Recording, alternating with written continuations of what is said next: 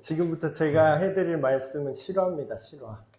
물론, 목회자가 설교할 때 예시를 들고 예화를 들고 하는 경우도 있지만, 종종 그 중에는 실화를 얘기하는 경우도 있습니다. 근데 제가 실화가 아닌 거는 그냥 실화라는 말을 안 하는 거는 그냥 예시라고 생각하시면 되고요.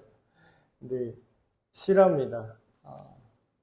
지금 사역 잘 하고 계시는 그 삼일교회의 송태근 목사님이라고 계세요. 아시는 분은 아실 텐데, 이분이 어렸을 때 겪으신 일을 본인이 직접 하시는 거를 제가 유튜브에서 보고 지금 이 얘기를 가져왔습니다. 이분이 어린 시절에 그 부흥회가 많았대요. 부흥회, 옛날에는 뭐 그런 거 많았잖아요. 부흥 강사님 모셔가지고 집회를 많이 열고 했죠. 근데 부흥회를 갔는데 그 부흥사 목사님이 되게 특이한 분이셨나 봐요. 그 당시에는 이제 집회가 한 번 하면은, 지금은 뭐 설교 30분 뭐 하고 뭐 짧은 거는 뭐 1시간 뭐 요렇게 1시간 30분 안팎으로 하지만, 옛날 시대에는 아시는 분 아시겠지만 집회 한 번 하면은 막 4시간, 5시간, 그 옛날에 막 철야라고 있었잖아요. 말 그대로 밤을 꼬박 돌리는 거죠. 그래서 한 몇 시간 동안 이렇게 설교를 듣는 게 많았었던 것 같습니다. 근데 저 어릴 때만 해도 설교 막 목사님 한 2시간씩 하시고 막 그랬어요. 지금 그렇게 다 도망가시는데. 여러분 좋은 시대에 살고 있죠?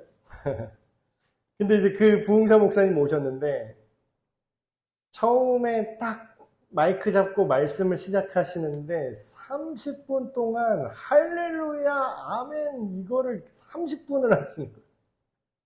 할렐루야 할렐루야 아멘 아멘. 꼭 부흥사 목사님 목은 다 쉬어 계셔. 항상 하도 소리를 치죠. 할렐루야 소리가 작습니다.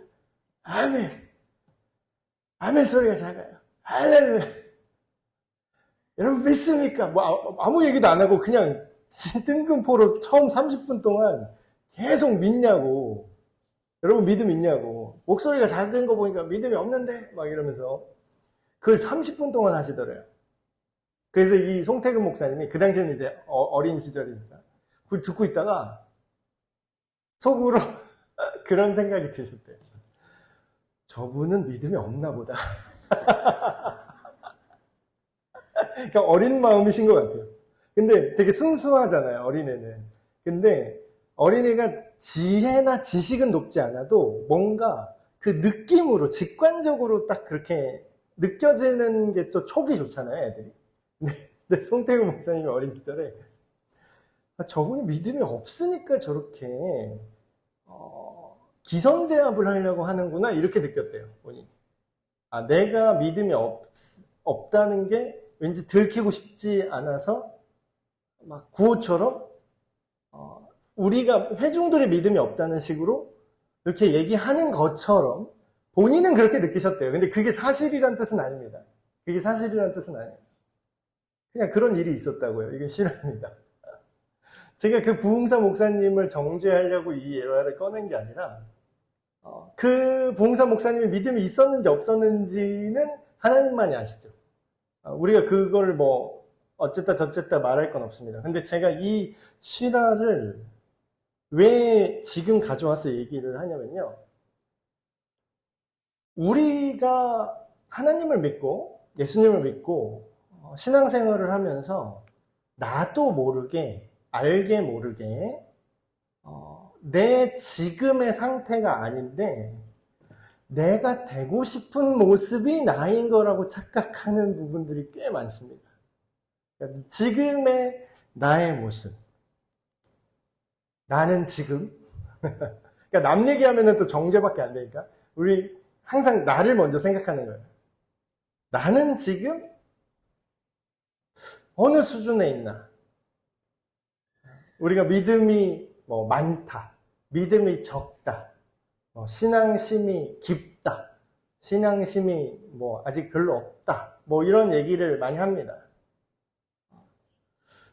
근데 저는 말씀을 통해서 오히려 하나님을 좀 객관적으로 알게 되면 알게 될수록 하나님은 강요를 안 하는 분이시라는 걸 정말 느껴요.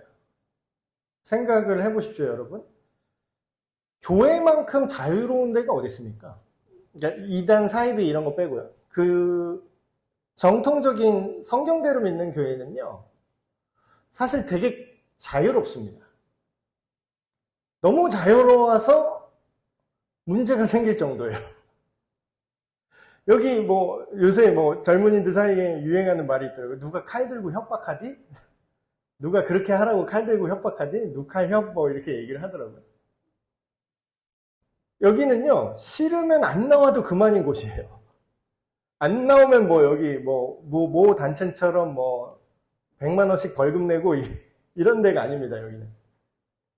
언제든지 원해서 나오셨고요. 언제든지 원하지 않으시면 떠나가는 곳이 여기입니다. 너무 그레스탈이죠? 어떤 분은 너무 심하게 이제 그렇게 하는데. 하나님이 강하게 권면하시는 건 있지만, 그거를 강제하진 않으세요. 여러분, 믿음과 신앙이라는 건요, 강요로 절대로 이루어질 수 없는 겁니다. 그거는 세뇌예요, 세뇌. 그건 선동이에요. 하나님 안에서 우리가 생각해야 될 거는 자연스러운 게 되게 중요합니다. 하나님 앞에 자연스러움. 하나님 앞에서 힘을 빼야 된다. 그럴 때가 많은 것 같습니다. 너무 게으르거나 아니면 너무 조급하거나. 근데 너무 조급한 게 자기 혼자 조급하면은 이제 차라리 다행인데, 문제가 어디가 생각하면은 꼭 남한테 조급해요. 너는 왜 똑바로 안 하니? 꼭 이게 문제예요. 오늘 우리가 읽은 로마서 말씀에 3절에 이런 말씀이 나오죠. 내게 주신 은혜로 말미암아 너희 각 사람에게 말하느니 마땅히 생각할 그 이상의 생각을 품지 말고 오직 하나님께서 각 사람에게 나누어 주신 뭐대로? 믿음의 분량대로. 믿음의 분량. 이런 얘기를 좀 들어보셨는지 모르겠네요. 믿음의 분량. 말이 오는데 이 뜻이에요. 지금 당신 어느 수준이세요? 이거예요. 당신이 믿는 건 대상이 있어야 되죠. 당연히 여기서 말하는 믿음의 대상은 하나님이죠. 하나님과 어느 정도 신뢰를 갖고 있느냐. 그게 믿음의 분량이죠. 신뢰의 정도입니다. 신뢰의 정도. 하나님을 얼마나 신뢰하고 있는가. 다시 그 부흥사 목사님 얘기로 돌아와 볼까요? 저라면 그렇게 했을 것 같아요. 저라면. 앞에 기선 제압한다고 30분 동안 그렇게 외칠 게 아니라, 그런다고 기선이 제압되나요? 제압된 것처럼 보일 수는 있겠죠. 그냥 다 같이 소리 지르고 다 같이 아멘 할렐루야 하면은 마치 믿는 것처럼 연출은 할 수 있겠죠. 근데 그게 진짜는 아니잖아요. 저 같으면 그렇게 했을 것 같아요. 그냥 바로 하나님을 믿을 수 있는 얘기를 꺼냈을 것 같아요. 하나님을 왜 믿을 수 있는가, 우리가? 하나님을 우리가 왜 신뢰할 수밖에 없는가? 여러분, 믿음의 분량대로 행동하라고 하잖아요? 이거를 간단하게 말씀드리면 이런 겁니다. 여러분이 경험한 그 은혜의 크기 이상으로 여러분은 절대로 믿을 수가 없어요. 제가 단언하는 거는, 설교자가 단언하는 거는 되게 드문 일이거든요. 왜냐하면 여러분 안에 하나님이 어떻게 역사하실지 저는 몰라요. 근데 제가 단언할 수 있는 몇 안 되는 것들 중에 하나가 뭐냐면, 여러분은, 저를 포함한, 저와 여러분은요, 우리가 경험한 것 이상으로 하나님을 신뢰하는 게 불가능합니다. 불가능해요. 예를 들면 이런 거예요. 차를 딱 탔는데, 차에 기름이 한 칸 있어요, 한 칸. 그럼 잘 가야 뭐 한 20km 가겠죠? 그냥 안 봐도 딱 뻔하잖아요. 그 기름으로는 20km면은 기름이 끝나요. 근데 우리가 어떻게 하는지 아세요?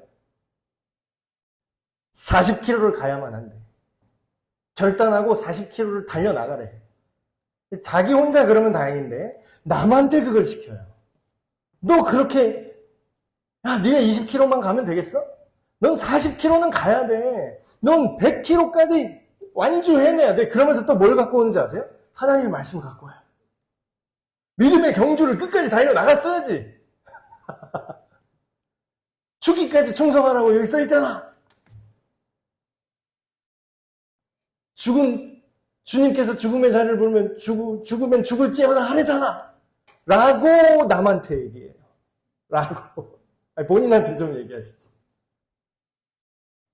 여러분, 당위성으로 신앙생활이 안 됩니다. 당위성은 믿음이 아니에요. 그렇게 해야만 하는 거, 우리가 하나님께 순종해야 되고, 율법을 지켜야 되고, 뭐 이런 거는 맞는 말인데, 그게 되는 거는 별개라고요. 여러분, 기름이 20km 갈 기름밖에 없는데, 아무리 악을 쓰고, 아멘, 아멘, 할렐루야를 100번 외쳐봤자, 40km, 100km 못 가고, 20km 갔을 때 차는 멈출 겁니다. 차는 멈춘다고요. 기름 얘기가 나왔으니까 말인데, 성경에 기름 비유 많이 나오죠? 등불에 기름을 준비한 5처녀와 그렇지 못한 5처녀. 뭐예요? 믿음으로 그냥 기름 없어도 신랑한테 그냥 가요? 믿음으로? 아니죠. 성경에 뭐라고 나오죠? 기름이 떨어졌으니까 사와라. 그러죠. 여러분, 우리가 원하는 거랑 실제 일어나는 거랑 구분을 하셔야 돼요. 그러니까 착각하는 게 뭐냐면, 영적인 일은요, 물질적인 게 아니라서 그냥 우기면 될 줄 알아요. 영적인 건 눈에 안 보이잖아요. 하나님에 대한 어떤 믿음, 신뢰, 신앙 이런 거는 우리 손으로 만질 수 없는 거잖아요. 그러기 때문에 오해를 많이 하세요. 그냥 내가 지금 무릎 꿇고 불 끄고 다 같이 할렐루야 5,000번 하면은 없던 믿음이 생길 줄 알아요. 믿음이 없다는 걸 자기는 알겠죠. 물론 그 부흥자님을 얘기하는 건 아닙니다. 그게 아닐 수 있어요. 여러분, 하나님을 향한 나의 믿음과 신뢰는요, 지금 자라나는 중입니다. 그러니까 이거를 기다릴 줄 알아야 돼요. 특별히 자기는 잘 기다리는데 남은 못 기다려요. 그래서 교회가 우리 사람이 여러 명의 모임이잖아요. 그러다 보니까 서로 상처를 주게 되는 경우가 있습니다. 근데 교회만 그런 게 아니에요. 모든 공동체는 서로 상처를 줍니다. 우리 인간이 다 죄인이기 때문에. 근데 꼭 교회에 대해서 크게 실망하세요. 왜냐고요? 기대치가 높으세요. 어떻게 교회가 그랬어요? 제일 많이 들은 얘기. 귀에서 피날 것 같아. 너무 많이 들어갖고. 어쩜 교회가 이렇게 사랑이 없을 수가 있어요? 이 얘기 정말 많이 들었어요. 교회만 사랑이 없어요? 교회가 이 정도면 밖은 더합니다. 교회가 그나마 이 정도예요. 그나마 은혜 안에 있어서 지금 하나님과 분투하고 있으니까 그나마 이 정도인 거예요.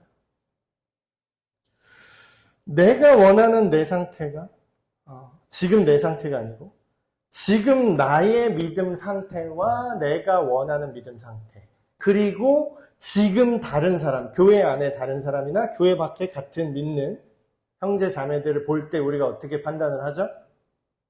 그 사람에게 내가 바라는 믿음이 따로 있다라는 거예요. 어쩜 네가 그럴 수 있니? 근데 그 사람의 믿음의 분량을 나는 모른다는 거죠. 여러분, 하나님에 대한 믿음은요, 뭘로 드러나냐면요. 저는 이런 거에 되게 많이 속았습니다. 초반에는. 저는 예배 시간에 막 눈물 흘리고 막 되게 감동하고 막 이러는 사람이 믿음이 좋은 줄 알았어요. 물론 좋을 수도 있습니다. 물론 좋을 수도 있어요. 그럴 수도 있고 아닐 수도 있어요. 잘 들으세요. 근데 그 사람이 밖에 나가서 하는 행동이 너무 그걸 안 맞을 때가 있어요. 근데 어떤 분은 되게 무뚝뚝하고 되게 딱딱하게 그냥 막 예배 때 울지도 않아요. 찬양 부를 때 울은 적도 없어요. 그냥 멀뚱멀뚱하고 이렇게 있어요. 근데 밖에서 사는 그분의 삶은 하나님의 감동으로 사는 사람도 있습니다. 그러니까 우리가 겉모습으로 판단할 수 없다라는 거예요.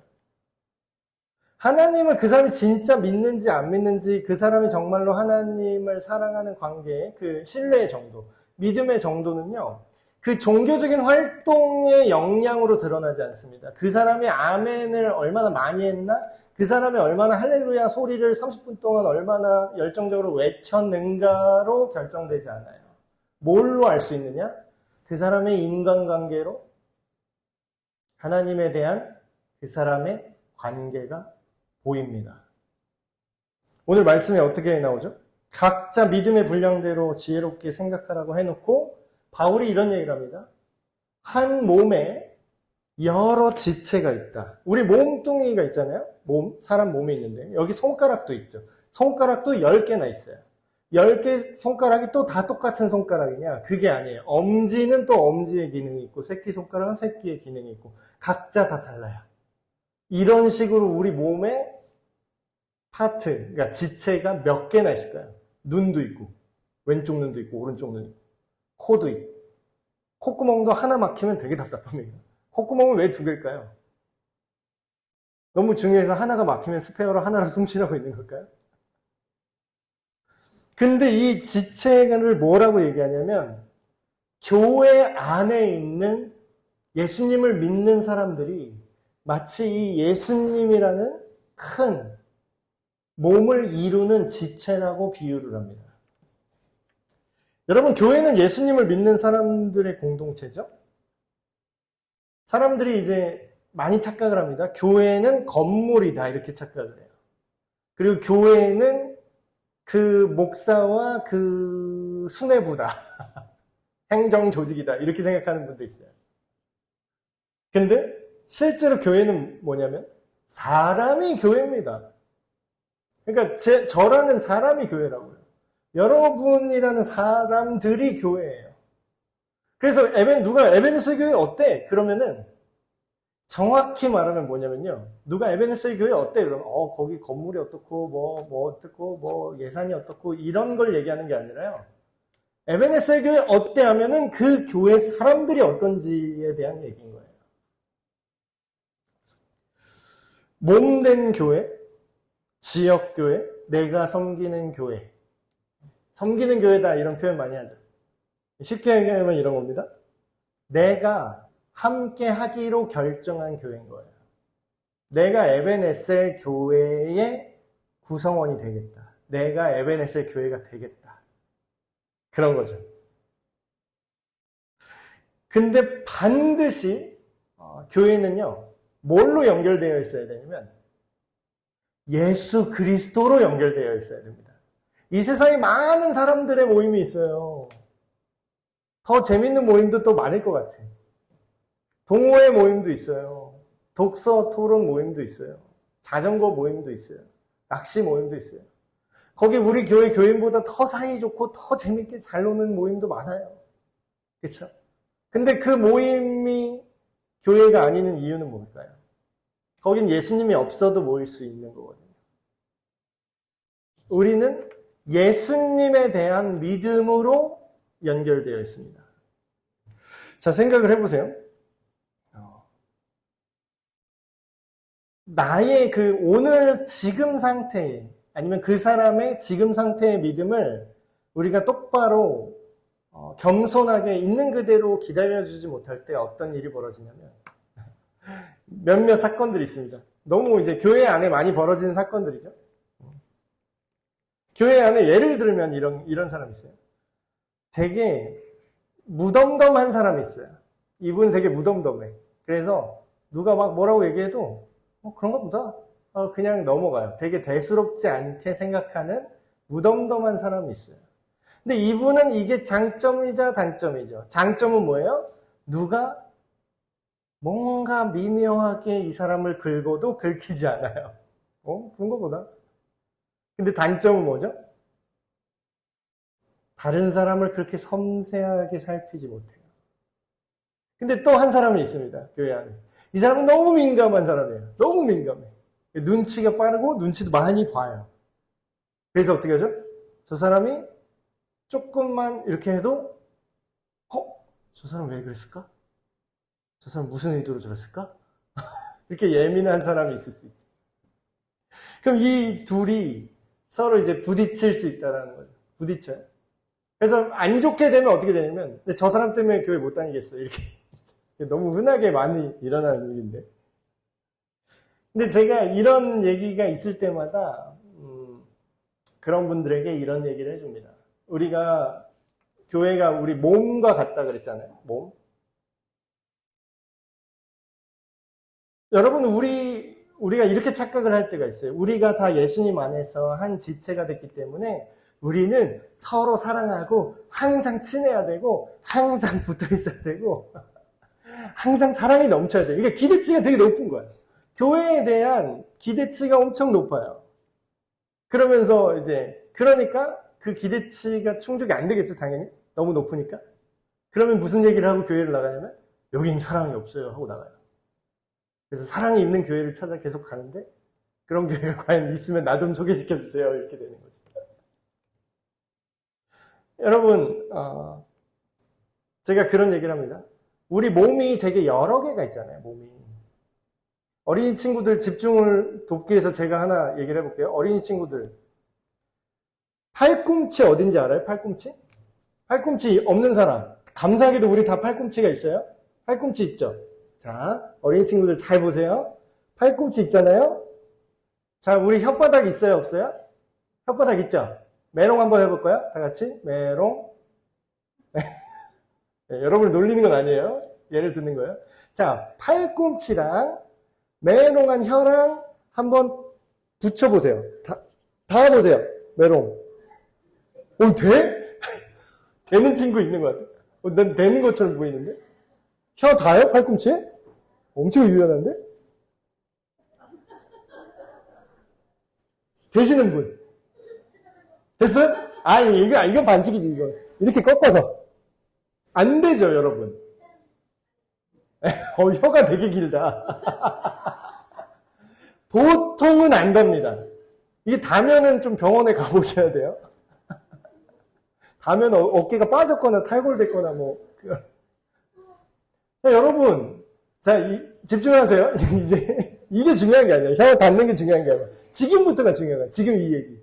자, 팔꿈치는 내 몸 아니에요? 내 몸이죠. 자, 혓바닥은 내 몸 아닙니까? 내 몸이죠. 근데 얘네 둘은 절대 안 닿네? 안 닿으니까 이게 잘못된 거예요? 잘못됐나요? 자, 제가 이 얘기를 왜 해주냐면, 우리가 교회 안에서 특별히 아니면 교회 밖이라든지 모든 사람과의 관계에 있어서 예수님을 진짜로 믿는 사람은 항상 친하게 지내야 돼. 항상 용서해야 돼. 항상 화합해야 돼. 물론 맞는 말입니다. 물론 맞는 말이에요. 그런데 오늘 말씀에 뭐라고 써있죠? 사람마다 하나님께서 주신 선물이 다르대요. 기질, 성격, 이게 다르대요. 무덤덤한 사람한테 백날 가서 넌 좀 예민해져라. 넌 이렇게 눈치가 없니? 계속 그렇게 얘기를 한다면 어떻게 될까요? 오늘 말씀에서 이렇게 얘기합니다. 우리에게 주신 은혜대로 받은 은사, 선물이라고 하죠. 각각 다르니 혹 예언이면 믿음의 분수대로, 혹 섬기는 일이면 섬기는 일로, 혹 가르치는 자면 가르치는 일로, 혹 위로하면 위로하는 일로, 여러 가지 일들이 나왔습니다. 자, 이게 무슨 얘기냐면 우리 각 사람에게 있는 하나님과의 관계가 똑같아요? 달라요? 당연히 달라요.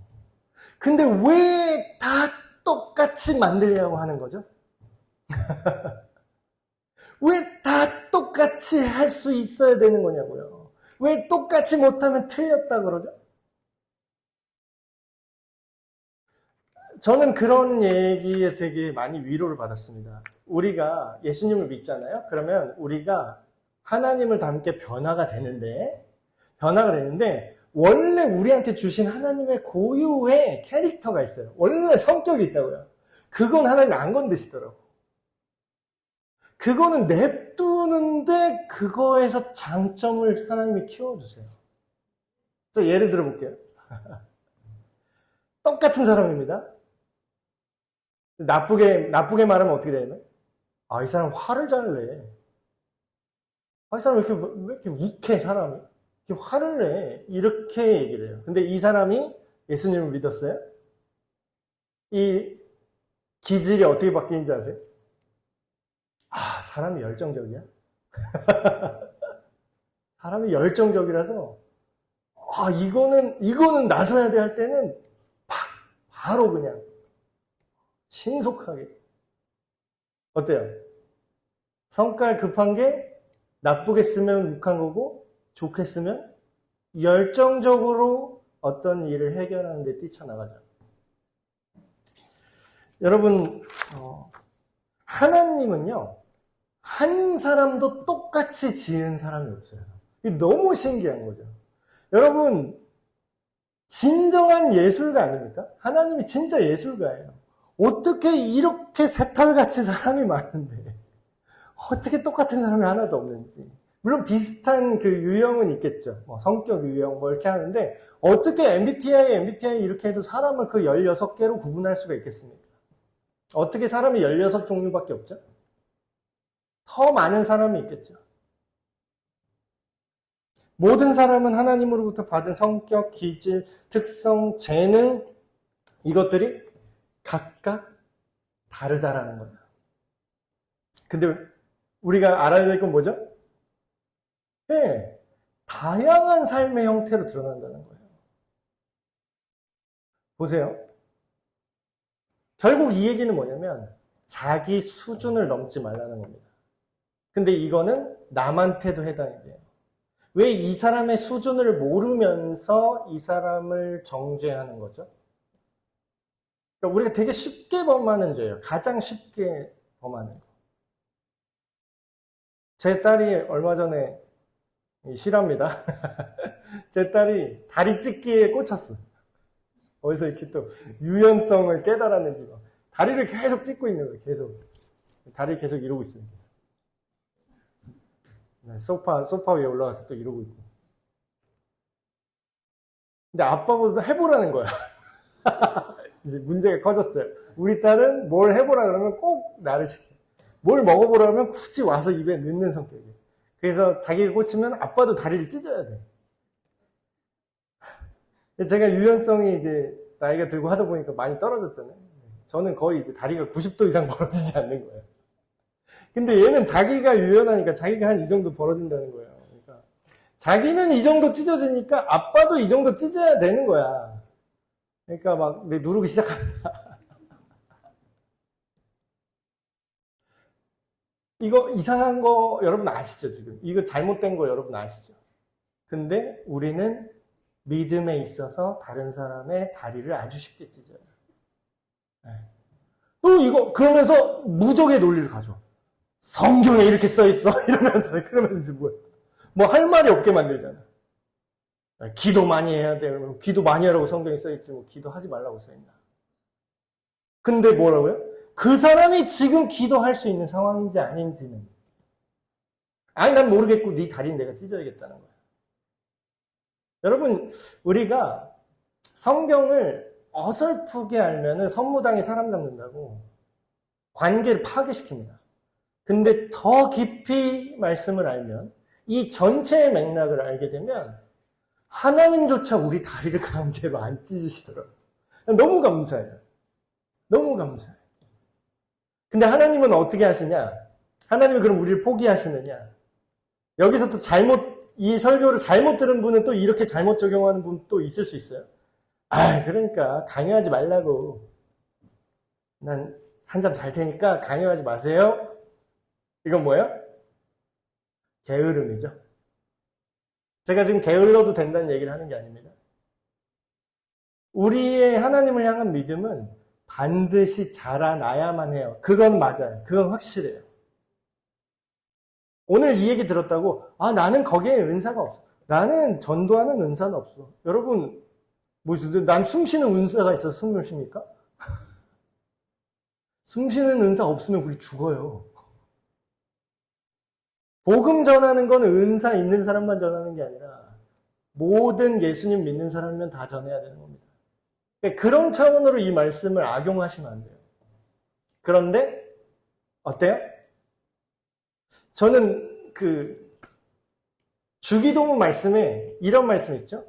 오늘날 우리에게 일용할 양식을 주시옵고.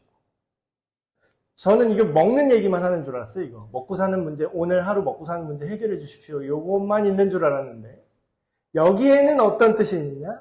일용할 양식이라는 거는 사람이 떡으로만 사는 것이 아니라 하나님의 말씀으로 산다라는 이 내용이 합쳐져 있는 거예요. 그럼 뭐예요? 오늘 우리에게 하나님을 믿을 수 있는, 하나님을 신뢰할 수 있는 어떠한 경험이나 어떠한 말씀이나 어떠한 체험이나 어떤 깨달음이나 이런 거를 오늘 우리에게 주십시오. 오늘 나의 믿음의 수준에 맞게 주십시오. 내가 못 먹을 만한 걸 내 입을 찢어서 넣지 말아주시고 오늘 내가 먹을 수 있을 만큼 주십시오. 말씀을 마무리 맺겠습니다. 여러분, 오늘 지금 우리가 하나님한테 갖고 있는 믿음과 신뢰의 수준을 결코 넘어설 수가 없어요. 믿음이 좋아 보이는 어떤 분의 집회 가서 여러분이 감동받았다고 합시다. 그거는 좋아요. 그걸 통해서 간접 경험을 통해서 여러분의 믿음이 하나님이 이럴 수도 있구나라면서 확장이 될 수는 있어요. 근데 그게 여러분 믿음은 아니에요. 그분의 경험이 여러분이 감동하고 눈물 흘린 그 다른 사람의 하나님이 여러분의 지금 수준이 아니라는 걸 우리가 인정해야 돼요. 그리고 동일한 기준으로 우리 주변에 있는 같은 믿음의 지체들에게 그걸 강요해서는 안 돼요. 하나님 오래 참으시고 오래 기다려주시는 거예요. 그래서 저는 그런 하나님이 너무 감사하더라고요. 하나님이 절대로 강제로 내 다리를 안 찢으시고 어떻게 하시냐면 조금씩 찢으세요. 조금씩. 그래서 우리 딸이 또 방법을 하나 어디서 보고 왔는지 침대 위에 올라간 다음에 그 가랑이 사이에 그 푹신한 쿠션을 여러 개를 이렇게 올려놓더라고요. 이게 다리를 찢고 있어도 그게 푹신하니까 이제 안 아프더라고. 근데 이제 그게 딱딱한 게 아니라 푹신하니까 어떻게 되죠? 서서히 내 가랑이를 안 아플 정도로 서서히 벌려주더라고. 그럼 또 적응이 되면은 이 쿠션 하나씩 빼래요. 그러면 가랑이가 서서히 더 벌려지겠죠. 그 쿠션이 촘촘하게 여러 개일수록 좋습니다. 그럼 하나 빼면 하나가 있는 거랑 없는 거랑 큰 차이는 안 나는데 살짝 제 가랑이는 더 벌어지고 있겠죠. 그러면서 오랜 시간에 걸쳐서 그 사이에 있는 쿠션을 다 빼면 당신의 다리는 이렇게 돼 있을 겁니다. 여러분, 오늘의 믿음, 저처럼 90도밖에 안 벌어지는 믿음일 수도 있겠죠. 저도 옛날에는 그래도 좀 많이 벌어졌었어요. 믿음도 마찬가지입니다.